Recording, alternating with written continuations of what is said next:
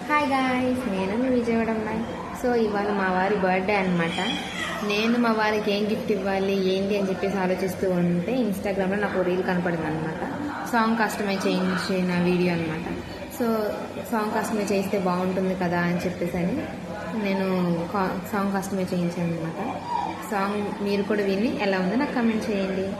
నాకైతే చాలా బాగా నచ్చింది, మా వారికి కూడా నచ్చిందని అనుకుంటున్నాను. మీకు ఎలా అనిపించిందో నాకు కమెంట్ చేయండి. చాలు రావయ్యా, నీలాంటి వాడిని కలవడం అదృష్టం అన్నది నిజమయ్యా. అమ్మ నాన్నలిని నాకు, అమ్మ నాన్న నువ్వై ప్రేమనిచ్చావు నాకు. ఎవరి నన్ను నిందించినా వద్దన్నా, ఏం సాధించలేవన్నా, నీవు నా వెనుక పేపర్ల నిలిచావు. నాలో ధైర్యాన్ని నింపావు. నీ మాటలే నాకు బలమయ్యాయి.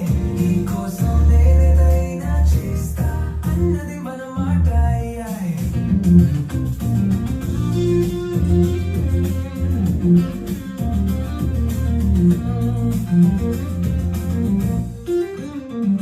విజయవాడ భావనిపురం నుంచి మొదలైన మన ప్రేమ కథ ఇప్పుడు ప్రతిరూపంగా మన శ్రీకర్ దేవం నాడుగా మన బంధం, మన జీవితం ఆశీర్వాదం కలయి.